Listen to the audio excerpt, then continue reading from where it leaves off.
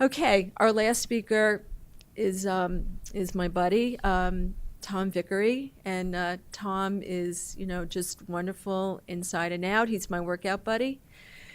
So I know that he really takes good care of himself. He was diagnosed with non-Hodgkin's lymphoma in 1995. So you can count the number of years that he's a survivor. He lives in New York. He's an executive at a public relations agency. I think he just has a good time all the time. I don't know if you ever really work, Tom, so I mean, I have to say it, but I don't know. He specializes in the pharmaceutical industry. You've overseen the conception and implementation of a number of oncology product launches and patient education programs. So I know that you appreciate this kind of event. And you'll share with us your very interesting journey through the cancer world.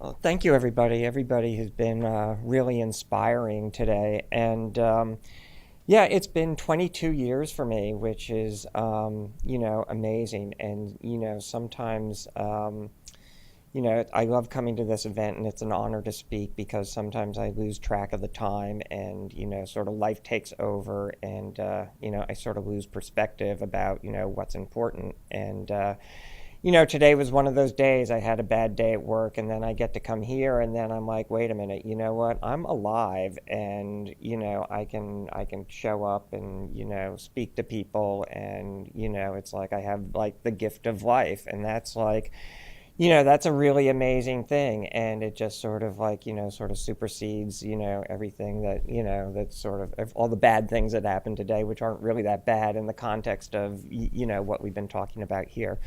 But I was diagnosed in January of 1995 with non-Hodgkin's lymphoma. And it was a surprise. I was 31 years old. And, I'm like, 31-year-olds don't get cancer. That's for older people. And, of course, we know that's not true. But, throughout like the previous, I guess, December and holiday season, I'd had like a really bad cough. And I was losing some weight. And, I thought that, okay, I'm just, it's stress. It's the holiday season. I'm going to lots of parties. And, a friend of mine who is a physician, he was over at my house one night and, he was feeling my neck and he's like, what's this lump you have here? And I'm like, I don't know.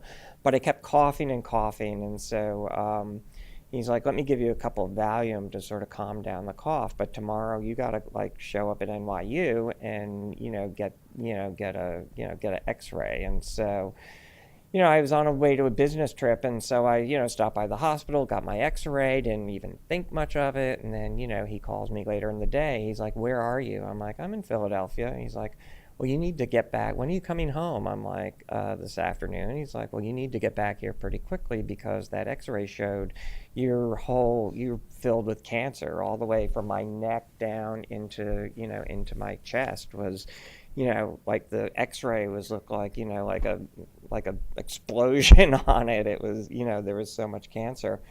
And the next day I got a biopsy and, the doctor looked at it right away and, he basically said, okay, well, you got cancer. I'm like, okay, well, what do I do? He's like, well, you got to be admitted right away because if that tumor had grown any bigger, it would have cut off my windpipe and, actually would have killed me within apparently a matter of days. So it's sort of funny because I didn't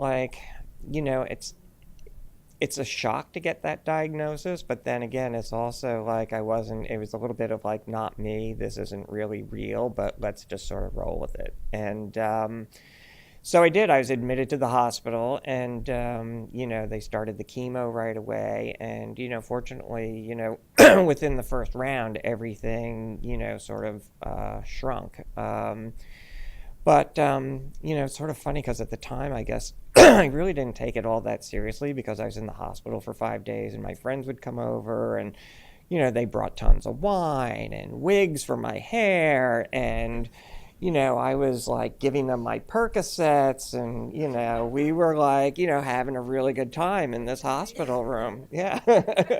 And I forget, like one of the nurse came up to my bed and she like kicked over a bottle, and it was empty, of course, but so it was sort of like a wild, experience. And in retrospect, I was like, okay, here I'm like, being diagnosed with like this disease that could kill me. And, we're all sort of taking it not too seriously. But then again, maybe that's sort of laughter is the best medicine. But anyhow, I went through, a round of CHOPS, which is 6 doses of chemotherapy, and then radiation that summer. And, sort of the partying sort of feeds into my story a little bit, because even when I was doing the radiation, it's like I would go out partying, dancing, drinking, all this stuff. And they put the little radiation marks on your chest so they can line you up and zap you. And, people would think they were tattoos. I mean, so, I was really fortunate because, I obviously recovered, and I identify with a lot of the hope that's been expressed here, because I always felt in the bottom of my heart, it just wasn't my time to go. And, a lot of my friends sort of gave me that strength and, and hope. I mean, you talk about a support group. I had lots of good friends who, just sort of rallied around me. And, it was just, I got through it. I took about 6 weeks off from work, and then I went back part-time. And, to this day, what that taught me is that, everybody needs a reason to get up in the morning, no matter what it is. And so just going back to work and, working, sort of part-time for a month or so really helped, get me, it helped my recovery, because I was out, I was seeing with people, I had a reason to get up in the morning. And, in retrospect, maybe I was pushing myself too hard, but at the same time, I also, I wanted to get back to life. And I also didn't want, this thing to beat me. And, initially I thought, okay, well, this is sort of going to be like a 6-month inconvenience. And it turned out it was like a year inconvenience, but, and actually a many-year inconvenience when I think about it. But yeah, so I was fortunate enough to recover. I too had Dr. Shishua, who was, like totally great, and he was amazing. And he would, like show up in my hospital room at like midnight, and I would look at him. I'm like, "What are you doing here? It's midnight. Go home." And but we also had like we had a few laughs together. And I went back to him, every year for about 10 years. And finally he just looked at me. He's like, "Oh, this thing isn't going to come back. Go."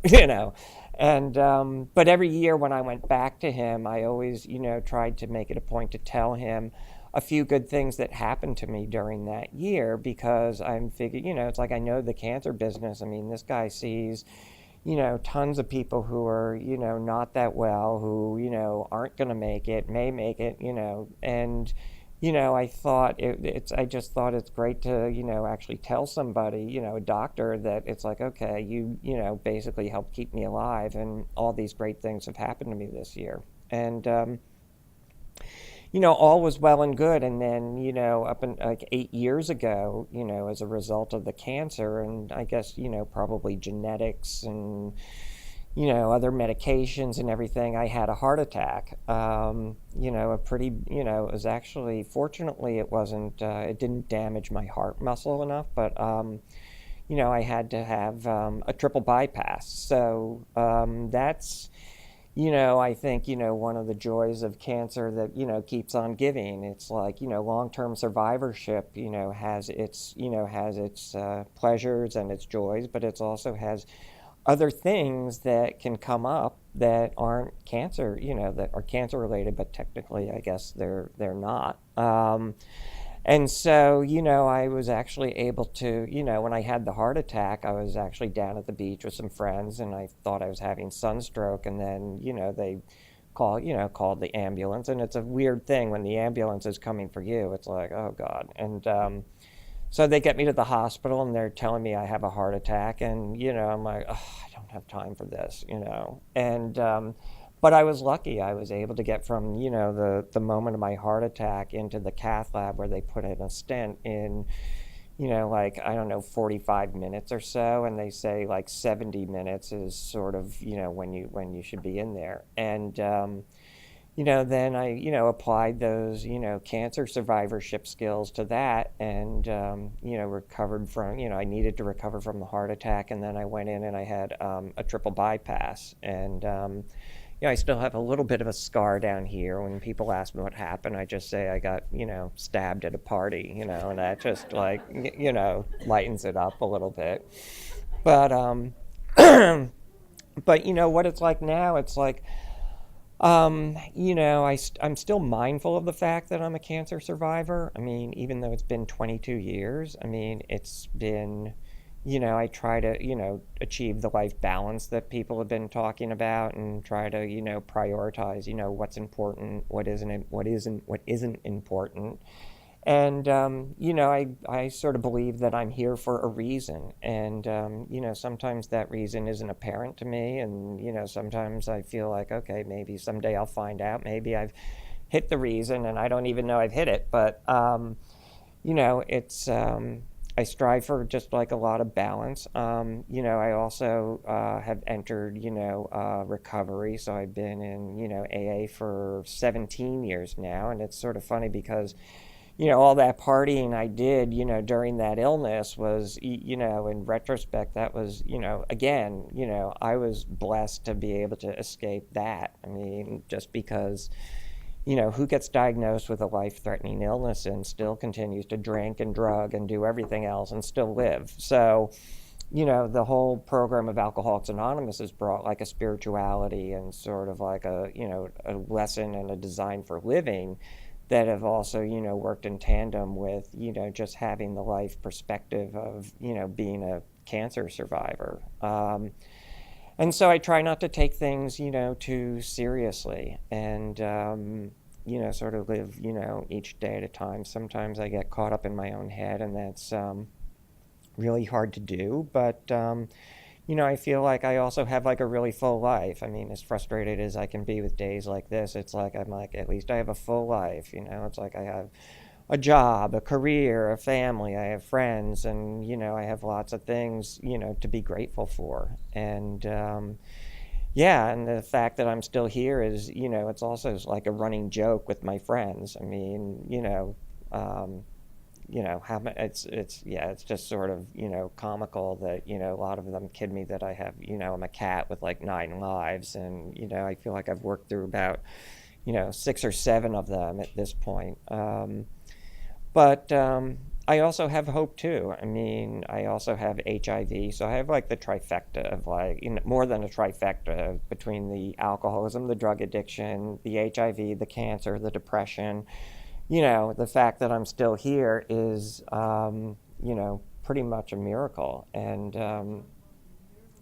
yeah, our trainer calls me a miracle baby. And even my doctor, in the old days when they had those big charts, that you put in the plastic things on the door, I'm like, better be careful with that. That chart's going to rip that plastic thing right out of the wall. And unfortunately now it's all in computer. And, we joke that my medical records are on like an IBM mainframe. So, but another funny joke too is in my apartment building, there's a screen that they tell you whether you have like a, like a pharmacy, a package or whatever. And, I was coming in with a friend. I'm like, oh, I have a pharmacy. It's like, well, they should just keep that light on all the time, which is true. And then, I went to the pharmacy once and, they're like, oh, Mr. Vickery, here's your medication. And, the woman behind me goes, well, isn't that nice? They know your name. And I'm like, not really. So anyhow, I try to see some humor in everything. I, try to take care of myself and exercise and try to laugh as much as I can. And so thank you for having me here tonight.